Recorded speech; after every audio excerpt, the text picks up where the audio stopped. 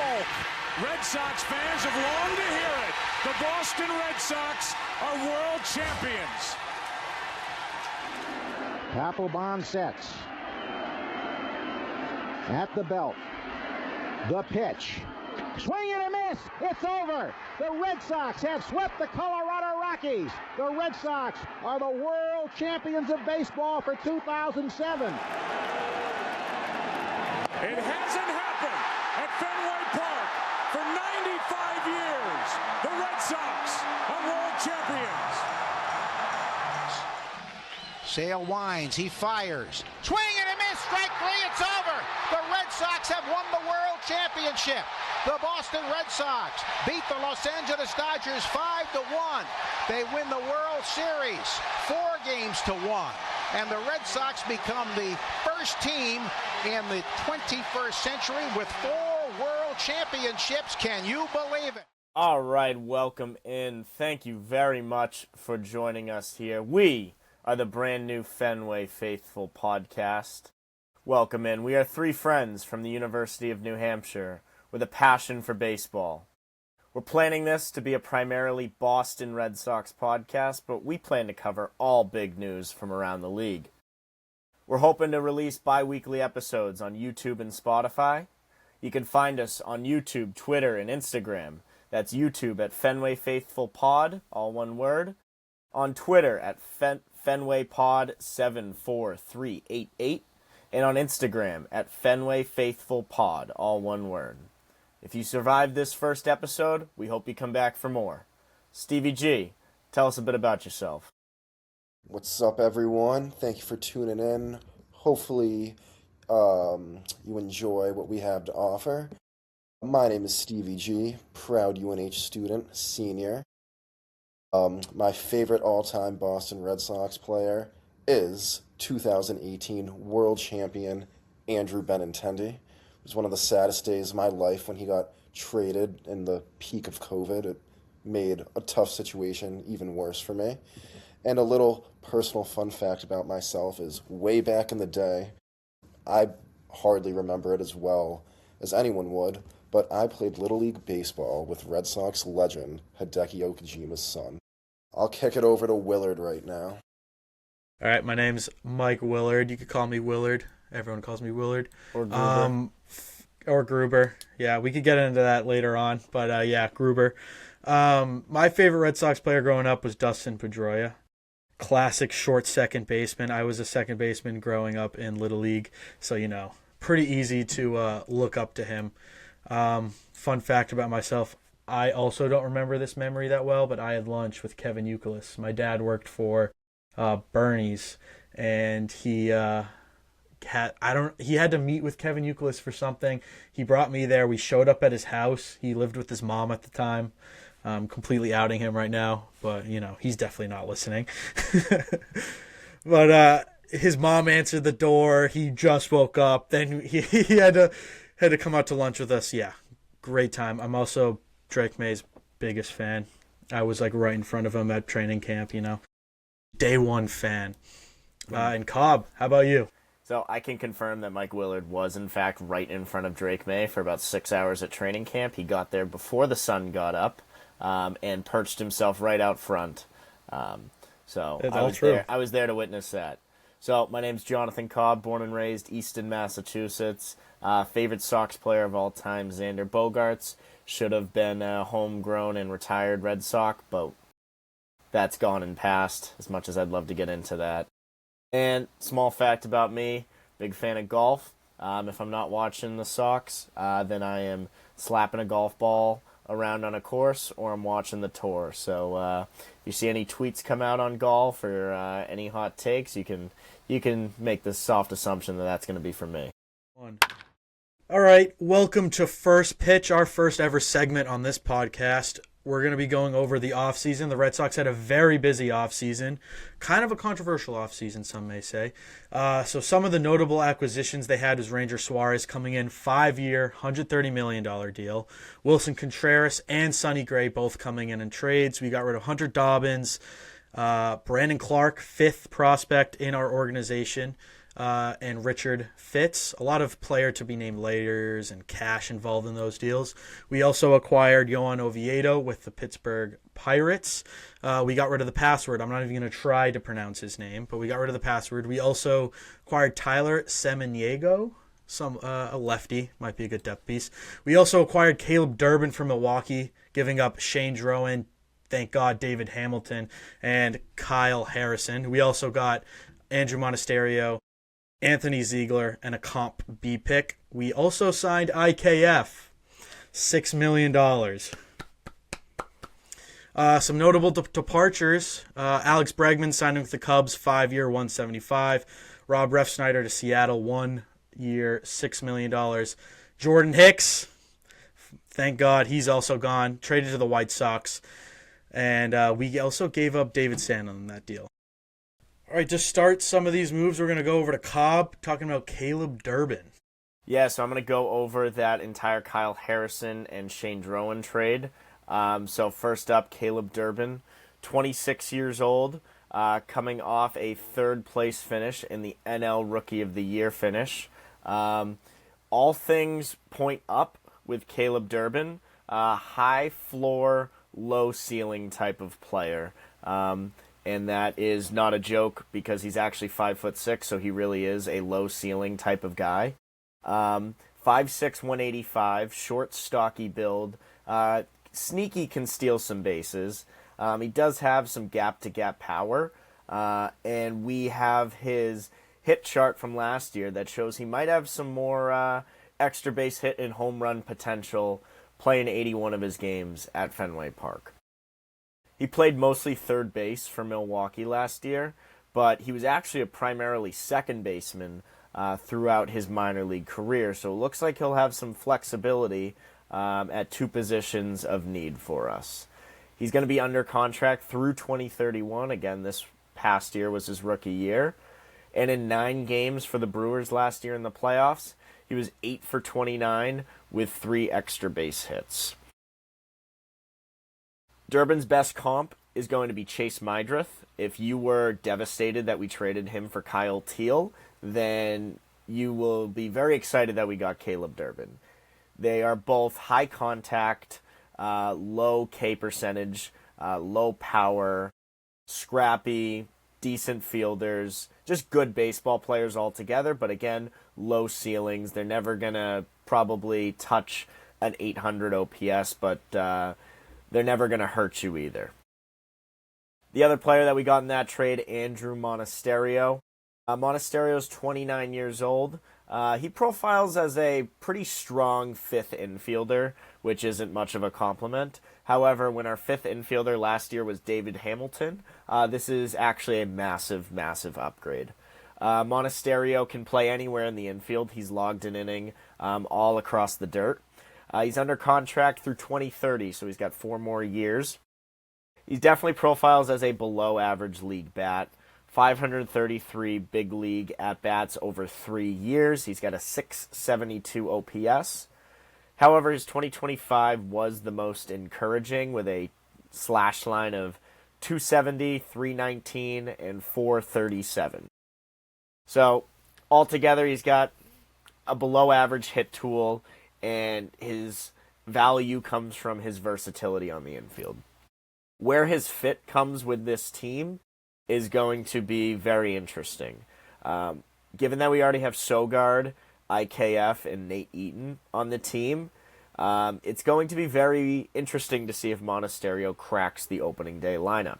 I would have to imagine if Monasterio is on the lineup card, or at least on the bench, March 25th or 26th, whenever opening day is, that's probably going to be bad news for those Marcelo Meyer fans. However, there is going to be an opening. Romy Gonzalez is going to be out the first, at least probably 8 weeks of the season. So to have another righty bat available on the bench might be a need, at least for the first 2 months of the season. So he's going to be a low ceiling type of player as well, but Durbin should be an everyday starter, where Monasterio could be a strong bench piece. Stevie, what you got on your 2 players? Yeah, so first and foremost, talk about 2 pitchers who as it looks right now, will be in our rotation to start off the year. So to start off with Johan Oviedo, obviously, as Willard touched on, was acquired a couple months ago in a deal with Pittsburgh that involved one of the Red Sox top prospects, the Password Garcia. I was a little surprised at the timing. Obviously, Garcia really probably wasn't a fit here long term, just how the outfield is shaped right now and, if there was a spot for him. But I always considered him, especially last year, as maybe a trade deadline piece that a team would take. But over the winter, they acquired him. They sent him to Pittsburgh for Johan Oviedo. And honestly, I've been impressed with what I've read up on him. Obviously, he's having a phenomenal spring training, and I really think it's his spot in the rotation to lose right now. Very big guy, too, 6'6", 275. I mean, That's not big. Not common today for a pitcher. I mean, we all remember Chris Sale being here with arms, barely bigger than the three of ours. So very different build than, some current day pitchers, but very solid velocity, sits in the mid to high 90s, got up to 96 last year on his fastball. His slider is definitely what sticks out most to me, and many scouts that I read up on considered this his out pitch, his go-to two-strike pitch, and it has a whiff rate, just a slider, of over 30%. And along with a high strikeout rate. I mean, that's been his success so far. Strikes people out predominantly with his slider and, can occasionally throw in little curveball changeup action with high K rates. Unfortunately, he also has a pretty high walk rate, which, as he was coming up through the system, was a problem. It looked like it was getting a little bit better, AAA, and in the majors, but walks are a problem for him. And, I hate walks. I hate when I was playing as a fan. It's rough to watch. And, but that comes with high K rates sometimes, and, we'll see where that goes. He had a short season last year, going through Tommy John surgery 2 years ago. So hopefully this can be his first healthy season in a couple years. And considering he has, a set-in-place role so far, I think he can accomplish that. And then obviously he is fighting for a spot in this rotation. But he's had a phenomenal spring training so far, posting a 1.59 ERA in 4 playoff appearances with a 14-6 strikeout to walk ratio. And, for reference, Bayo, who he's actively competing against, has an ERA over 9 right now. So if I'm Oviedo, I like my chances at starting at this team. I mean, as it looks right now, looks far more ready for opening day than Bayo does, than some other pitchers in our pipeline do. So I'm very happy with what I see with him so far, and I think he's going to be a big contributor here. Now we go to Ranger Suarez, who, I think unanimously everyone can say was the big free agent acquisition. He'll be here for the next 4 years under contract. This is definitely a true number 2 guy. I know there's some talk that Sonny Gray might be, the number 2 to open up the season, but we all know that Ranger is a true number 2 pitcher, and Crochet and Suarez back-to-back can really, be one of the best in the league, if not the best. Phenomenal year last year with a 12-8 record, 3.2 ERA, and almost 160 innings for a playoff team. Playoff team that made a deep run. And he's a relatively consistent pitcher. Of the last 5 seasons, 4 of them, he's had a sub-4 ERA, winning records practically in every year. Unlike Oviedo, his velocity is a little bit, nothing crazy, but a little bit lower. His sinker is his primary pitch, which sits in the low 90s, and his changeup is very effective against right-handed hitters. What he's made his, what he's known for around the league is his command. His command is unbelievable, and a low hard hit rate percentage, and with a lower velocity Strikeout rate is a little bit lower compared to league average. It sits at around 23%. So it's something not awful, not great, right in the middle. Obviously, he played in the World Baseball Classic alongside two of his Red Sox teammates, Wilyer Abreu and Wilson Contreras. Only pitched in 2 games, and maybe it's just Cora being, trying to be ahead of things, but some recent reports say that Cora's not ready for Ranger to start pitching. A recent Nesson report says that he's ready but limited. So we'll see where it goes with him. The latest I've read is Sonny Gray is most likely getting the second start of the year, but I think we all know Suarez is the number 2 guy up. Willard, what else do we got to know? Okay, so we know the stiff is what we're calling Craig Breslow, because he's a stiff. He loves making trades with the Cardinals. And you know who the GM of the Cardinals is? Our former GM, Chaim Bloom. He made moves to get Wilson Contreras and Sonny Gray. So he has 2 years remaining on his contract that are guaranteed. 1 year after that, an option. So year 1, it's making $18 million. Year 2, $17 million. And then the $20 million club option in 2028 with a $7.5 million buyout. Last year with St. Louis, had 20 homers, 80 RBIs, hit 257 with a 344 on base, 447 slug, and a 791 OPS. Was a 2.5 WAR player, so decent bat for him. The problem with him is that he strikes out a lot, which isn't good because this team has a strikeout problem, so it's just adding to the strikeout problem. He was 35th percentile in chase rate, 23rd in whiff rate, and 24th percentile in K percentage. So yeah, like I said, does not help with the strikeout problem that the Red Sox have. Projected this year is around the same. He's projected 23 homers to hit 250, 117 WRC plus, and to be around a 2 WAR player. What is a plus for this team is what we didn't really have much last year was his fielding at first base. Last year was his first full season at first base. Before that, he was a catcher. He had a .991 fielding percentage, which was 14th among first basemen. He had 9 errors in 120 games played at first. He had a -1 defensive runs saved, which is 8th among first basemen. And to put that into perspective, Matt Olson was first with a 17. And he is 90th percentile in range. Much improved defense from what we had before. Last year we had Romy Gonzalez, who was okay defensively, 0 defensive runs saved, .989 field percentage. We had Abraham Toro, who was horrible at first base, -5 defensive runs saved in 68 games. And then Nate Lowe did okay towards the end of the season. But I want a stability at my first base position, which we haven't had in a while. We've had Cassis for a little bit, but he's been hurt. Bobby Dahlbeck wasn't that great for us. We haven't had a steady first baseman since Mitch Moreland. Having some stability here with Wilson Contreras, a guy who actually plays the position, and not having a guy like Abraham Toro move over to first or Romy Gonzalez play first will be a good thing for us this year. I think he's going to do great at Fenway. He's a pull hitter. 11 of his homers last year were from the pull side.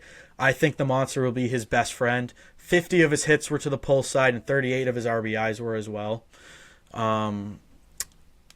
18. So I was curious. I was going on Savant, and it has a stat how many homers he would have hit at Fenway last year. It would have been 18. So it was a little bit less, but I think he can still use the monster as his friend.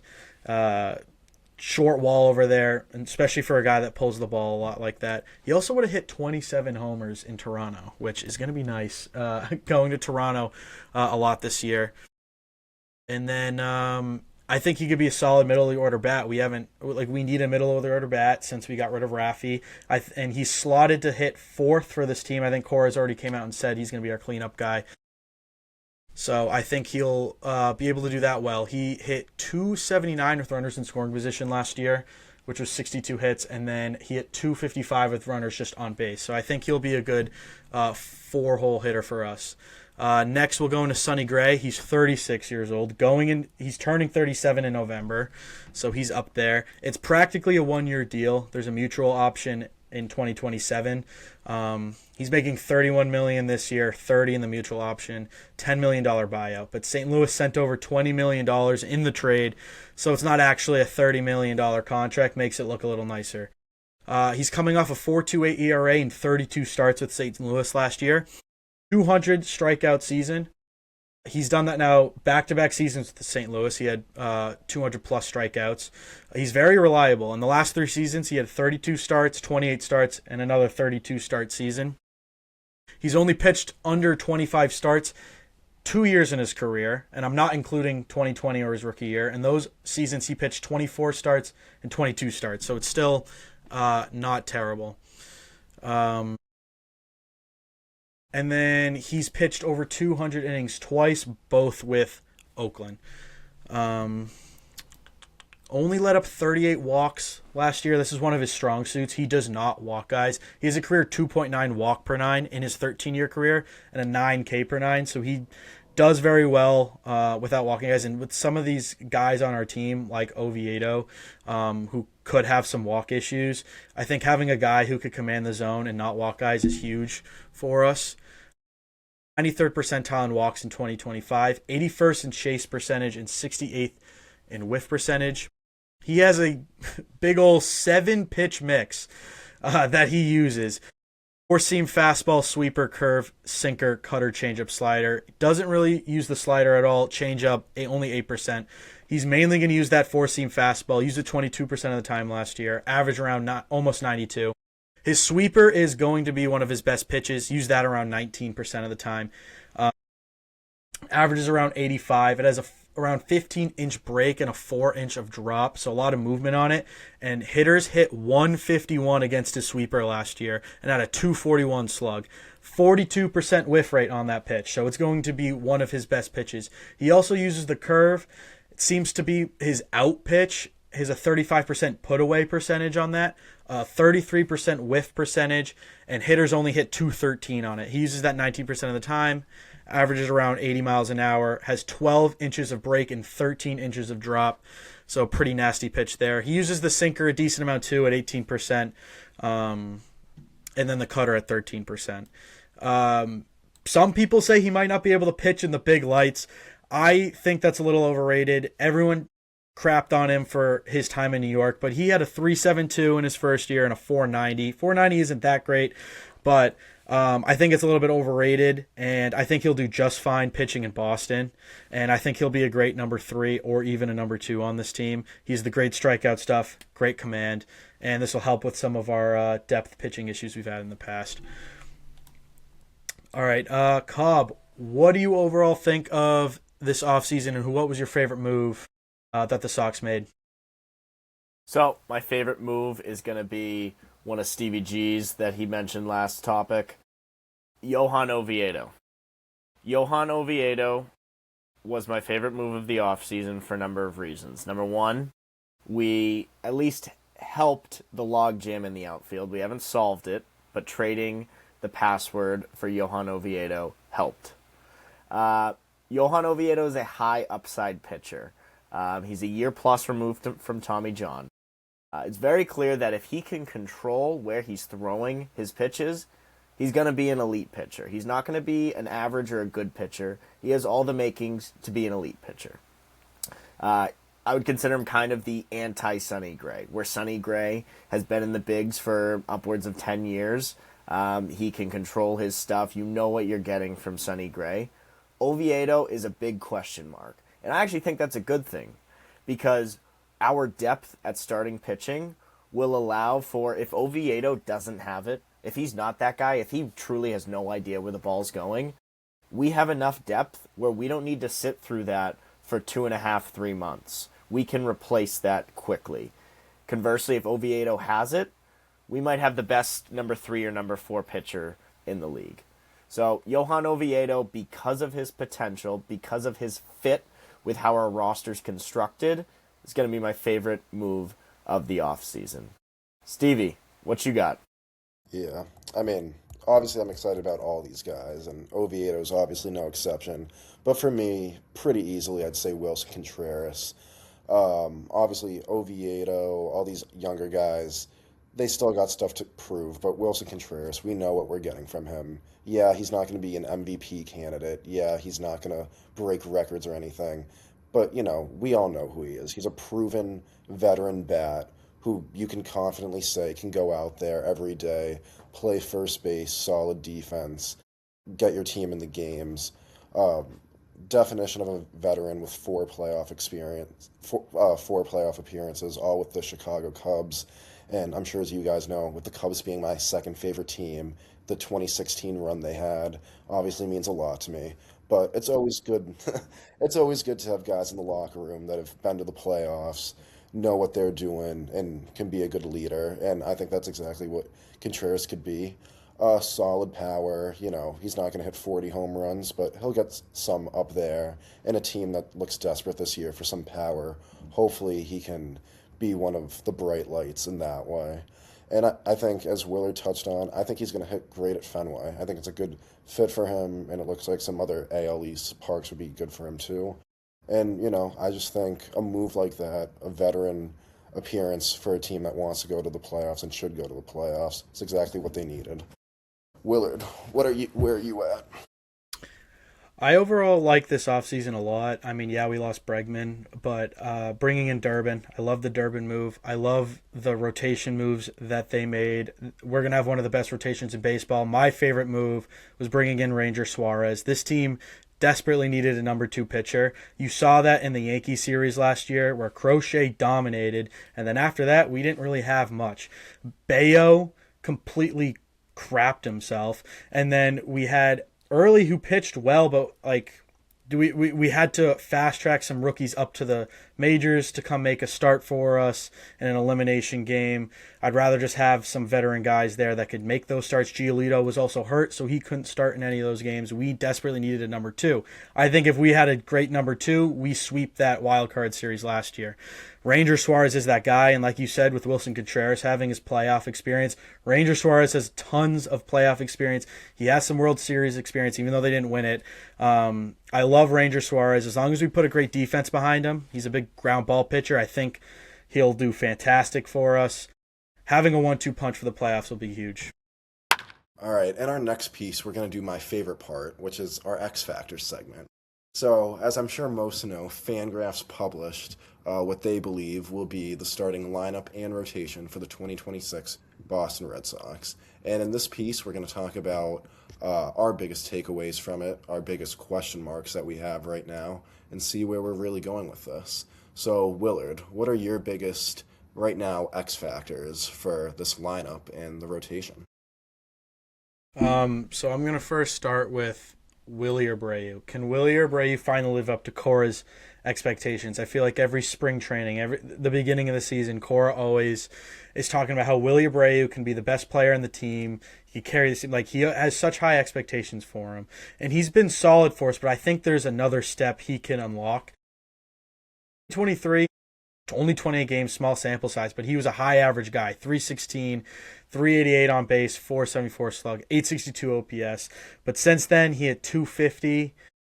His average the last 2 seasons around a 250 average, 784 OPS. So we haven't seen the high average. He's had some months where he's really been struggling. I just want a full season of what we saw in 2023. That would be fantastic. He is a fantastic fielder, Gold Glove fielder. I believe he could be a 30 home run guy. There's so many question marks on who on this team could hit 20 homers this year. I think Willy Abreu can be one of them. I think he could be a 30-plus homer guy at Fenway, up to 100 RBIs, maybe even more, and I think he'd be around a 270 hitter. For a team that needs power, I think he could be it. He could be, everyone's putting so much on Roman Anthony to carry this team. I think Willy Abreu can also be up there and take that step. That'll be a big X factor. My next one, Trevor Story repeating what he did last year. We've been waiting for so long for Trevor Story to finally do something for us when we signed him to that big contract in 22. He hasn't really done much. He's played 94 games in year one, then 43 and 26. That's 162 games or 163 games out of the possible 486 games he could have played with us. Last year, he played 157 games, so he played almost every game. We need more of that. We need stability at shortstop, especially when we already have question marks at second base, which we'll get into later. But if we already have question marks in the infield, we need shortstop to be an anchor. We need him to stay healthy the whole season. If he's injured, we're screwed. Who's our shortstop going to be? IKF? Monasterio, I don't want that. I don't want them to try to put Christian Campbell back at second, put Meyer at shortstop. I just don't think Meyer's ready. He's also had injury concerns. I don't think we could rely on Marcelo Meyer to be a healthy shortstop for us. Story last year put up 25 homers and 96 RBIs.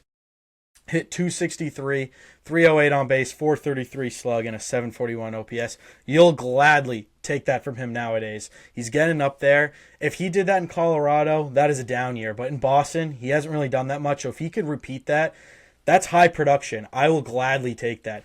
One thing he does need to improve on is his fielding. He had a 970 fielding percentage last year and 19 errors.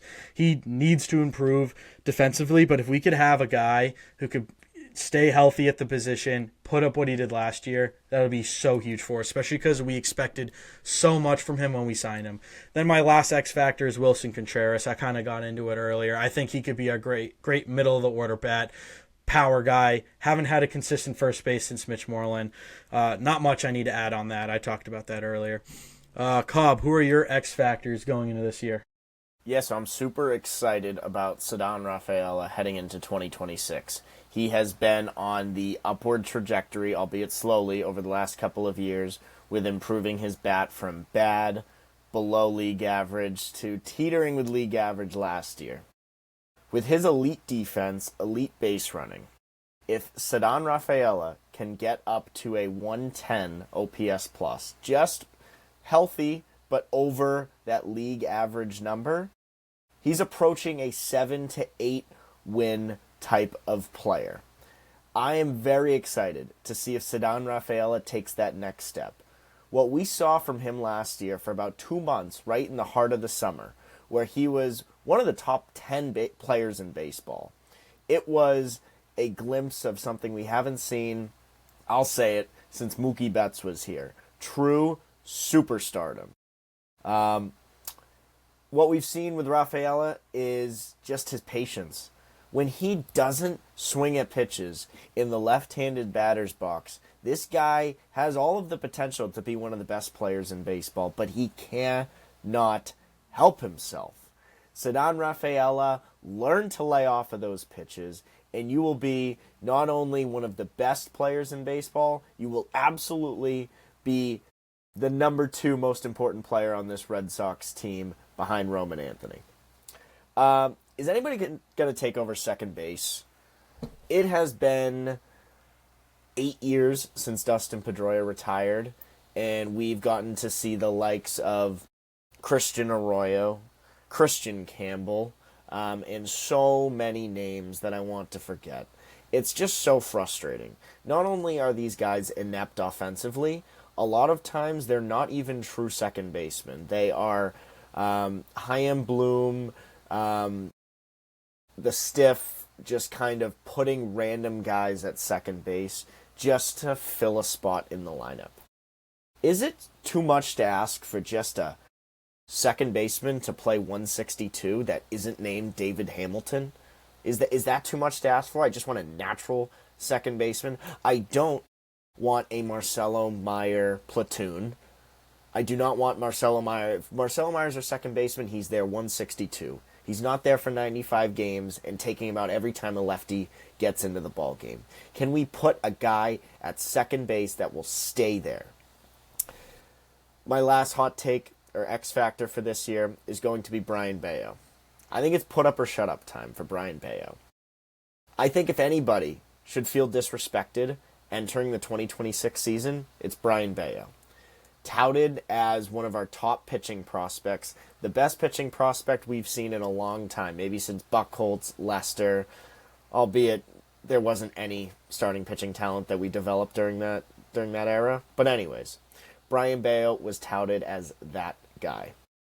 Last year, age 25 season, pitched to a 3.35 ERA. He's been healthy, 28 plus starts. And what did he get rewarded with? In Game 2 of the AL Wildcard Series, he was taken out after 27 pitches. He wasn't getting blown up. He had allowed, I believe, 2 runs at that time. He had faced 11 batters, and he got taken out after 27 pitches. 27 pitches. That's almost embarrassing. That's what you do with a 5 or a 6 starter.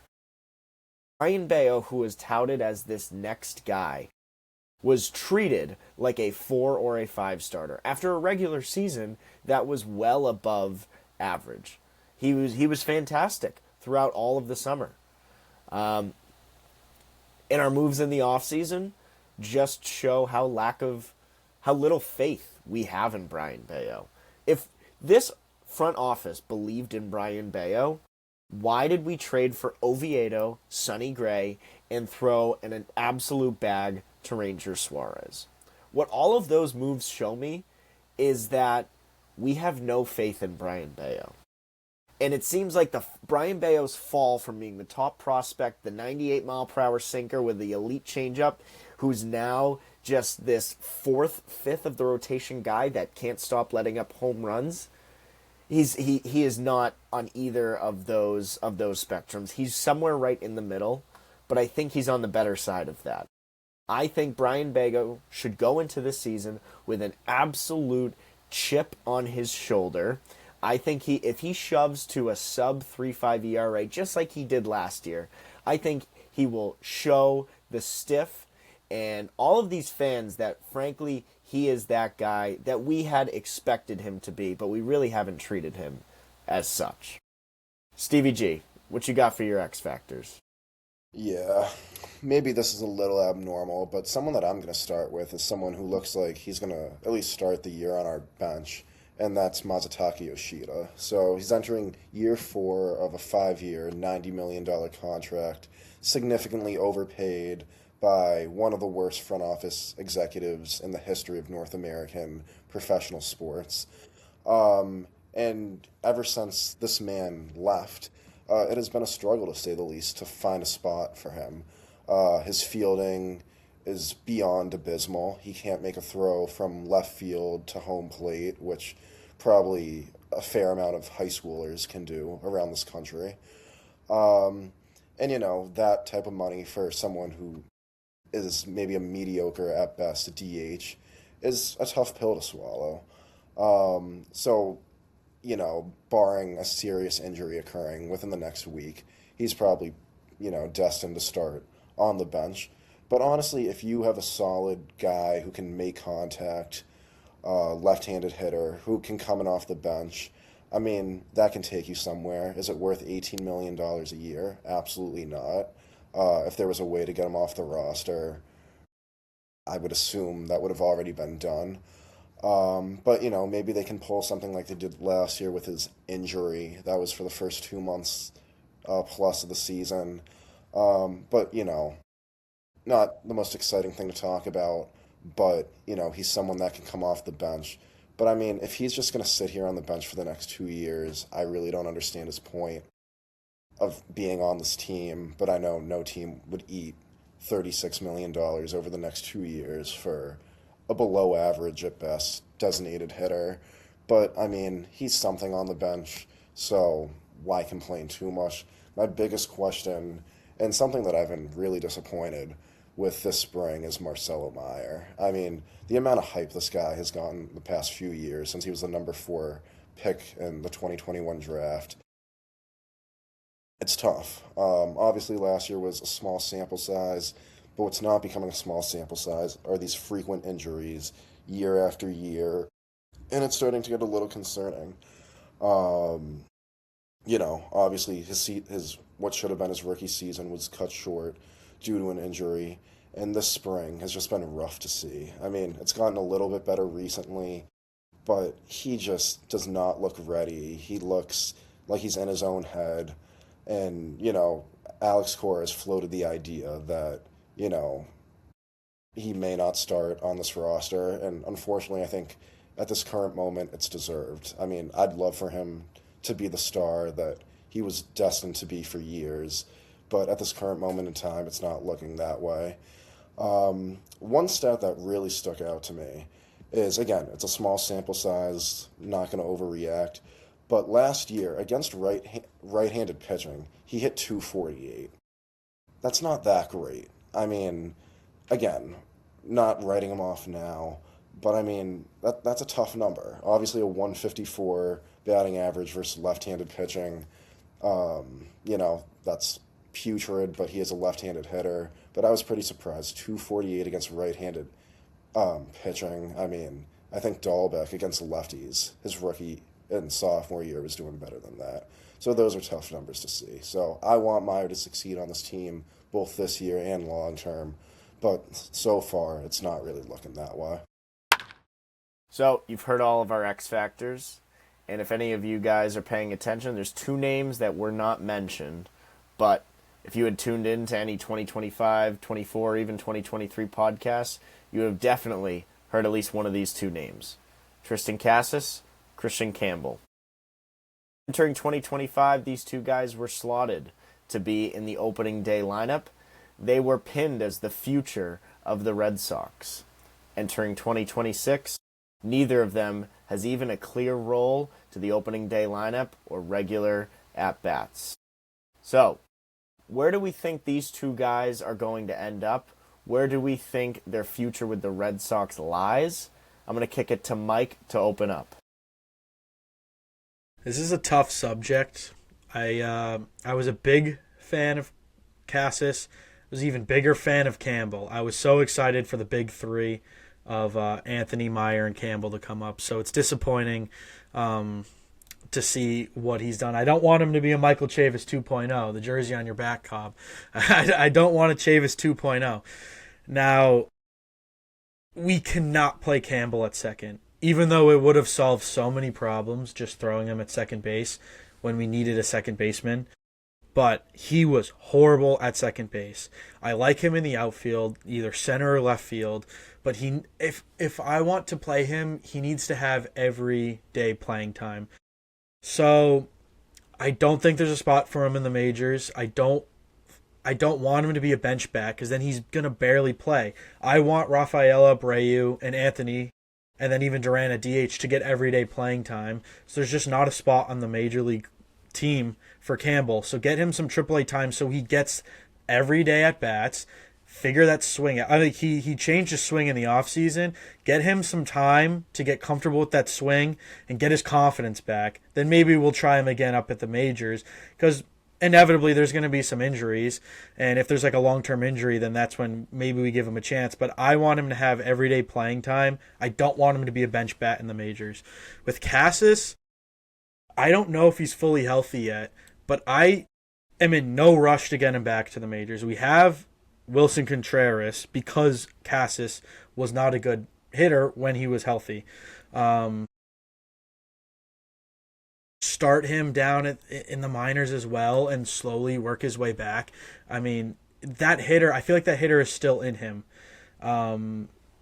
He hit 182 last year, but not much time. I think you got to give him a little more time.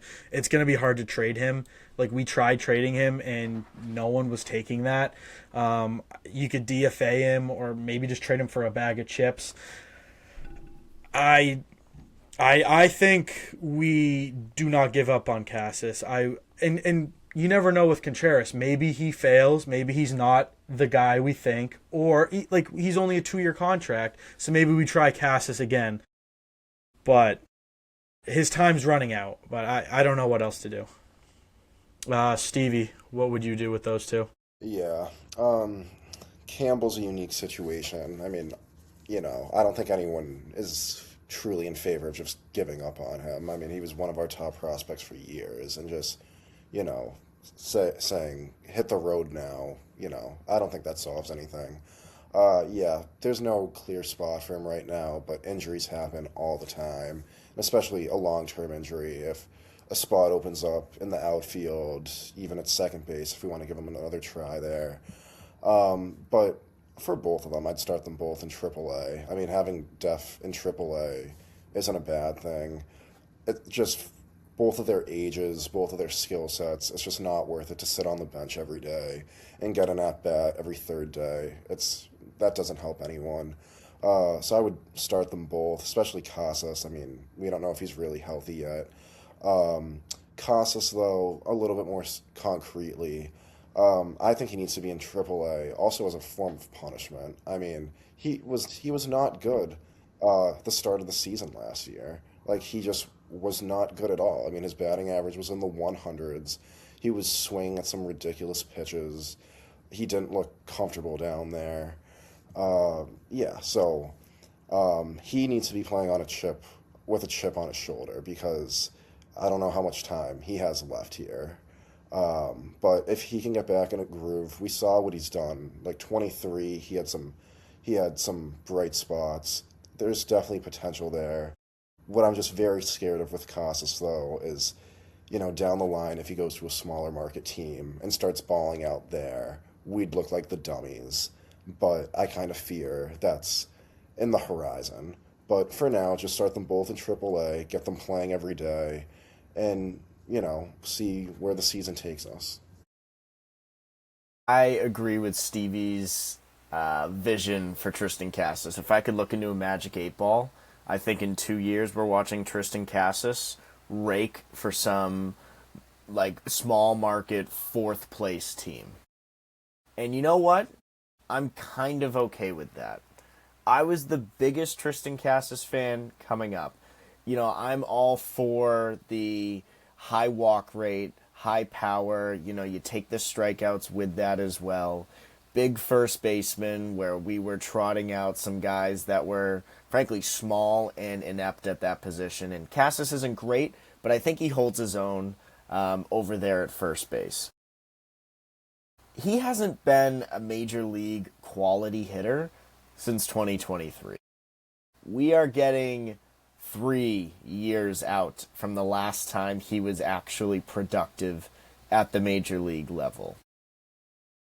Wilson Contreras trade under contract for 2 years does not signal that this team is believing in him to get back to that 2023 form. I was never offended by any of the antics that Tristan Casas had pre-game, kind of stretching stuff that for some reason the Boston media just completely ate up. But I will say those stories did not go away.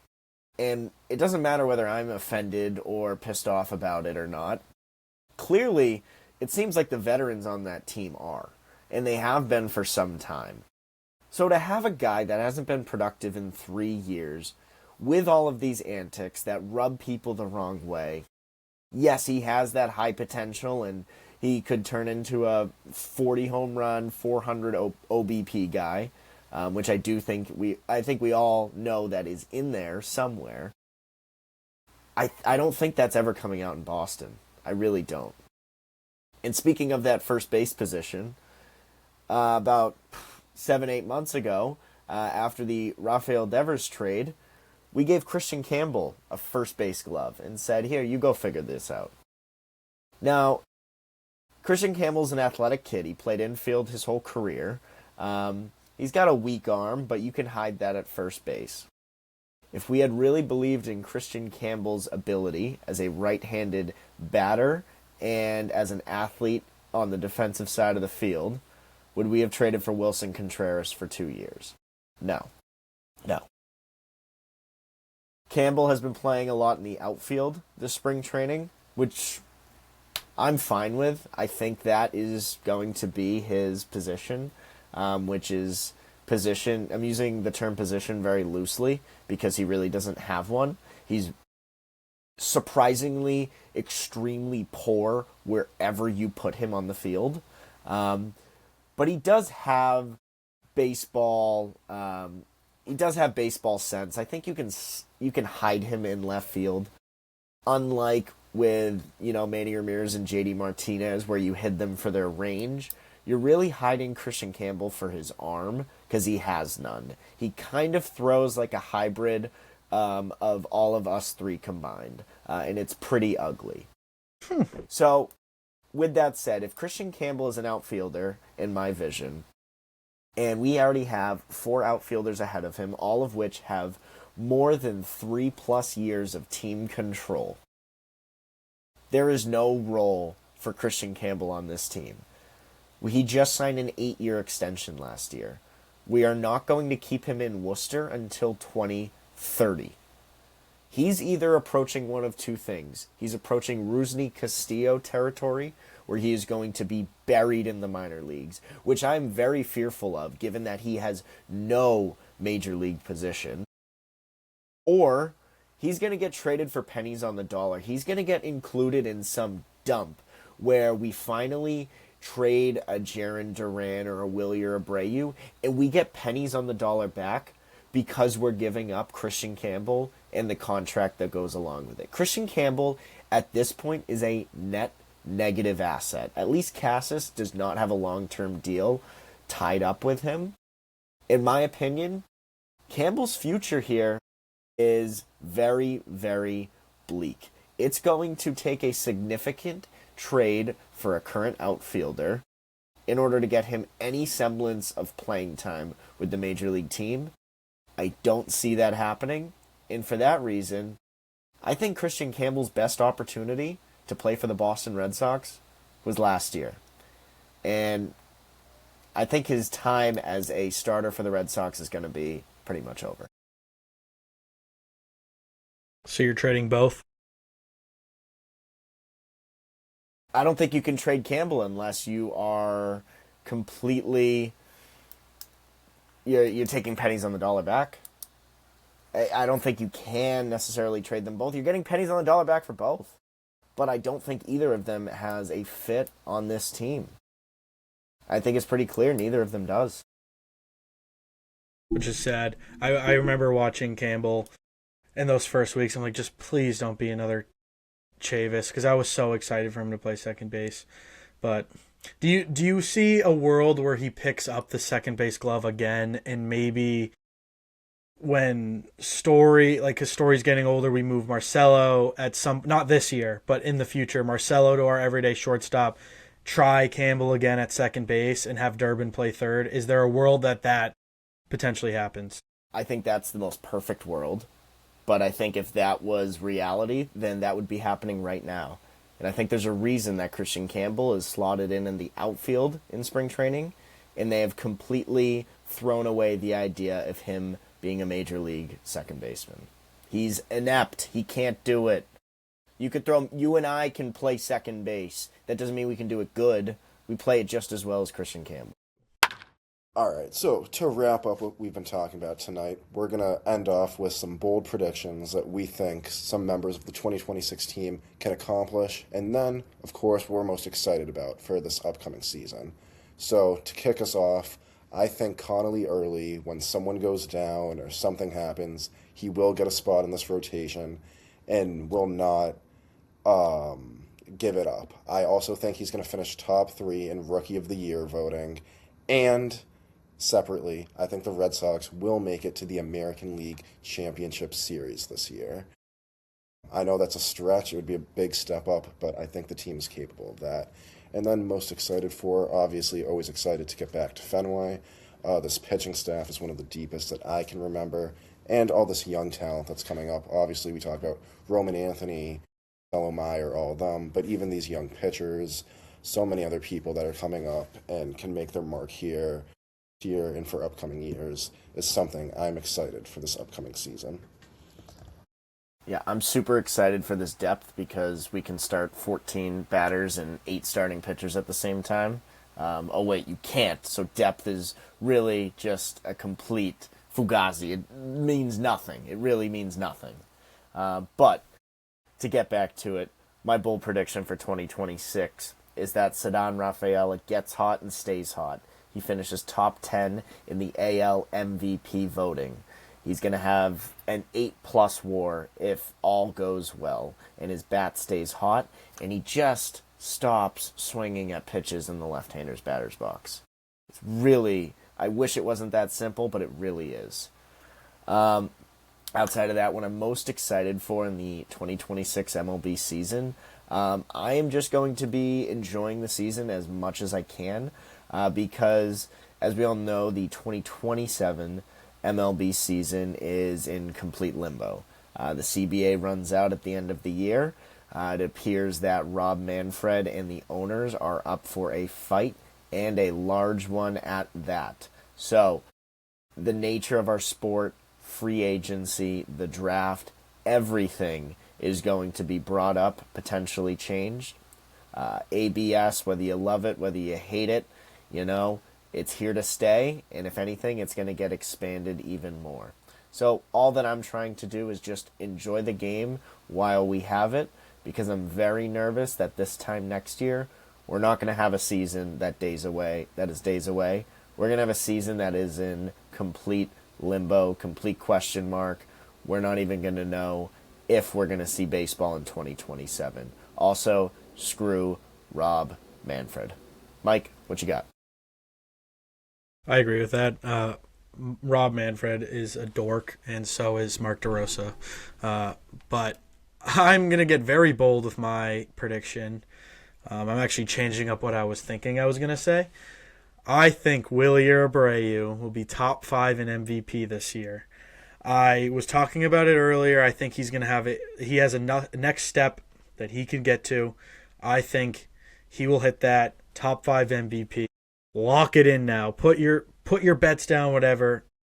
Lock it in. He's going to have a great season. He'll be a top 5 MVP. He already has the fielding, like elite fielding. Just put together the offense. That's like a 7-win to 8-win player. I think he'll be up there. I'm most excited to get a full season of Roman Anthony. So with the Patriots, we saw year 2 of Drake May. The whole region of New England just completely fell in love with him. Finally found out who he was and how great of a quarterback he was and how great of a person he was. I think the same thing will happen with Roman Anthony. The hype will be sky high for Roman Anthony this year. It'll be a similar jump to what Drake May was. He already had a great rookie year. It's not about the play. It's just about the hype. And Boston is going to fall in love with this guy, and I hopefully get a full season of him and no more injuries. None of this, start him down in AAA bullshit. So I'm excited for that. Thank you guys for watching and listening the first episode of the Fenway Faithful Podcast. We'll be with you in another 2 weeks. Once again, thanks for watching. Hope you enjoyed the content we came out with. Follow us on all socials, the Instagram, the Twitter. Subscribe to the YouTube. Follow on Spotify. Do it all. We'll see you in 2 weeks. Thank you all. Thank you.